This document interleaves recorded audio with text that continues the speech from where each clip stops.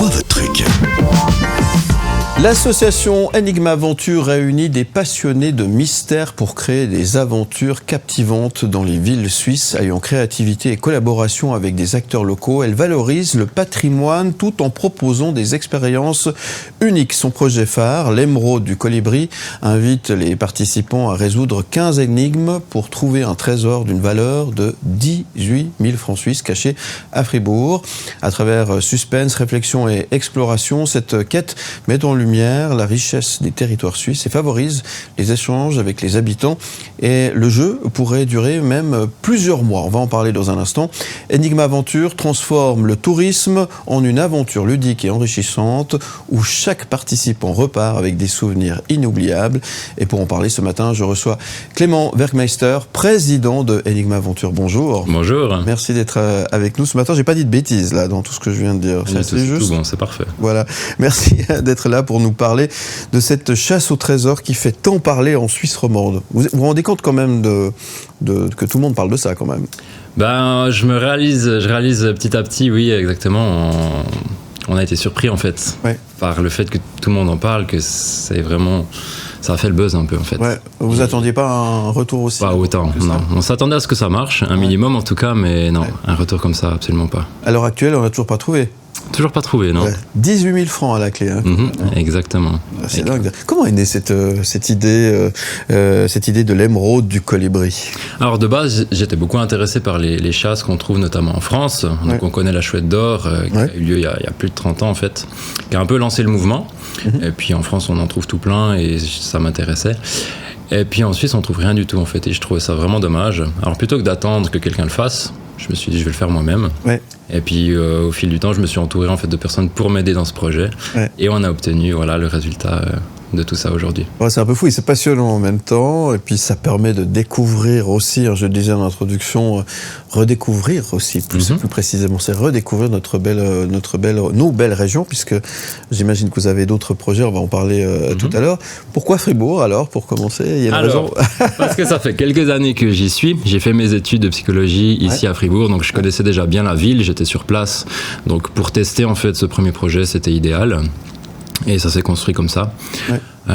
Puis voilà, au vu du succès, effectivement, j'ai envie d'aller ailleurs. On a envie d'aller ailleurs. Vous êtes une équipe derrière. Exactement, j'ai réussi à motiver du monde en fait. Le projet part de moi au départ, mais ça a parlé à plusieurs personnes. Puis maintenant, on est plusieurs. Alors pour découvrir ce trésor, il faut se munir du livre que vous avez pris avec vous. Parce que, il faut se mettre à la lecture et puis il faut résoudre les énigmes pour pouvoir avancer dans l'aventure. C'est ça? Exactement. Il y a 15 énigmes à résoudre. Donc le trésor se mérite, évidemment. Même si on le trouve par hasard, ça suffit pas. Il faut prouver qu'on a résolu les énigmes. D'accord. Et donc ça... Il y a des règles bien précises. Il y a des règles bien précises. C'est pas aussi simple que ça. Alors comment vous expliquez finalement cet engouement autour de cette opération, de ce jeu grandeur nature finalement? Alors on l'explique pas avec certitude, mais on a eu un gros coup de bol. La chouette d'or a été trouvée en fait juste avant que nous on lance notre chasse au trésor. Donc c'était dans le thème. Les gens avaient entendu parler de la chouette d'or et tout de suite après l'émeraude du Colibri apparaît.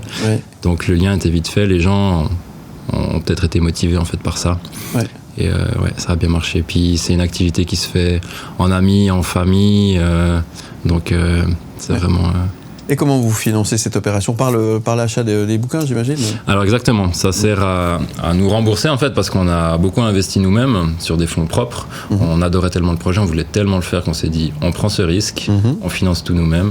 On a eu quand même des partenaires qui nous ont aidés, mais voilà, c'est un gros investissement. Le risque à payer, heureusement, et ça nous permet d'en faire d'autres par la suite. Mais avec d'autres projets qui se profilent à l'horizon. On va l'évoquer dans quelques instants.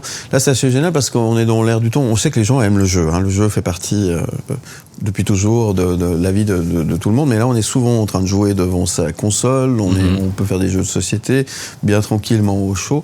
Là, vous proposez carrément l'inverse. C'est laisser tomber les outils informatiques qui occupent la plupart de notre temps dans notre vie professionnelle et même à côté, et finalement de sortir son baluchon puis partir à l'aventure, quoi, hein, c'est ça? Exactement, c'est ça. Et ça fait rêver en fait, parce que les gens perdent un peu cette idée, justement, on reste trop souvent chez soi devant un écran, et puis ça fait revivre en fait, de dire bon, on va sortir, on a un but en fait, on a une idée derrière notre sortie, et puis on s'arme du bouquin et puis on va chercher. Il y a aussi, j'imagine, vous aimez l'histoire forcément, parce que c'est lié quand même aux histoires et à l'histoire, hein, et ça permet d'une manière ludique de connaître un petit peu mieux nos racines aussi, de redécouvrir les régions. Exactement. Et en fait, c'est le but principal de notre association, c'est de faire découvrir, redécouvrir même. Il y a beaucoup d'habitants de Fribourg qui redécouvrent Fribourg avec un œil nouveau, et ça plaît, et oui, on a envie de mettre ça en valeur parce qu'on a beaucoup en Suisse à faire voir, et c'est vraiment notre but. Oui, et puis l'histoire est effectivement riche. Bon, alors la prochaine ville, c'est quoi? Alors, on n'a pas encore décidé, il y en a plusieurs sur la liste. On avait nos propres idées, mais on a même aussi été sollicité en fait par différentes régions. Donc on doit se décider parce que c'est des projets de grande envergure, on ne se lance pas comme ça dedans. Il faut bien qu'on choisisse les prochaines. Ça peut avoir un attrait au niveau du tourisme, hein, en plus, bien sûr. Évidemment. Et puis, mais finalement, toutes ces villes qu'on a, alors je pense à la Suisse romande parce qu'on est en Suisse romande et c'est plus simple d'en parler. Toutes ces villes ont des histoires assez incroyables. Et grâce à votre jeu, ça permet de remonter dans le temps. Et ça, c'est passionnant. Hein. Les escape games aussi marchent très très bien. C'est un petit peu un escape game XXL. Hein, exactement. C'est ça, ouais. Et alors, c'est qui participe? C'est des jeunes? Vous avez un peu un retour de la population qui participe? On a un peu un retour, et il y a vraiment de tout. Tous les âges, toutes les personnes. Il n'y a pas un profil défini. Il n'y a pas de profil défini, non. On a des personnes retraitées, on a des étudiants, on a des jeunes, des familles, des amis, on a des personnes qui travaillent. Hein. D'ailleurs, on a lancé ça pendant les vacances scolaires. Ça a beaucoup plu parce que les gens avaient le temps et tout le monde s'y est lancé. Donc, non, c'est vraiment quelque chose de très, très large. Ouais. Vous êtes intéressé aussi par la suite à la technologie augmentée? Est-ce qu'on peut se faire aider un petit peu par l'intelligence artificielle lorsqu'on part à l'aventure? Si on pose les bonnes questions, on peut peut-être avoir un petit truc en plus, mais non, c'est beaucoup de réflexion, c'est beaucoup de recherche. C'est quand même assez résistant à ça. Et surtout le fait qu'il faille aller en ville de Fribourg trouver des choses sur place. Ça, l'IA peut pas vraiment s'y attaquer. Vous savez combien de participants là pour cette édition? Alors c'est dur d'estimer le nombre de participants, on a des chiffres au niveau des ventes, on a dépassé les 2000 ventes. Maintenant il y a beaucoup de personnes qui font ça en groupe, donc ça multiplie forcément le nombre de participants, mais c'est plusieurs milliers en tout cas. D'accord. Et ça donne des idées évidemment pour la suite, donc là aujourd'hui vous pouvez pas nous dévoiler, on saura quand? Dans les mois, années à venir, parce que c'est des projets de grande envergure, on doit vraiment faire un gros travail de recherche historique, énigme, c'est vraiment une construction qui prend du temps. Là, pour réaliser celui-ci, justement, ça vous a pris 2 ans et demi. 2 ans et demi de travail. Alors au départ, on s'est lancé en se disant peut-être ça marche, mais avec pas l'idée précise, on fait ce truc. D'accord. Et puis pour les prochaines, ça prendra moins de temps forcément, mais quand même, voilà, une bonne année je pense. Alors, pour participer à celle-ci d'aventure, l'émeraude du colibri, pour devenir un colibriste, c'est comme ça qu'on les appelle? Exactement. C'est juste. Alors, il faut se munir du bouquin, en fait, c'est ça? C'est tout. En librairie, on va l'acheter, et puis à partir de là, on peut faire partie de l'aventure. Exactement. Il y a tout ce qu'il faut dans le livre, il y a les 15 énigmes. Si on les résout, on trouve où est enterré le trésor. Après, on peut s'aider sur les réseaux sociaux, il y a des groupes qui se font, les gens s'aident. Il y a des indices aussi qui sont dévoilés au fur et à mesure. Ça donne un petit coup de pouce, mais voilà. Tout est dans le livre. C'est magique votre truc, c'est génial, c'est passionnant en tous les cas, et ça génère beaucoup de discussions et d'engouement autour de cette énigme fameux émeraude du colibri. Voilà, en tout cas bravo pour ce que vous avez fait. Alors je compte sur vous pour venir nous parler de la suite. On fait ça? Avec grand plaisir.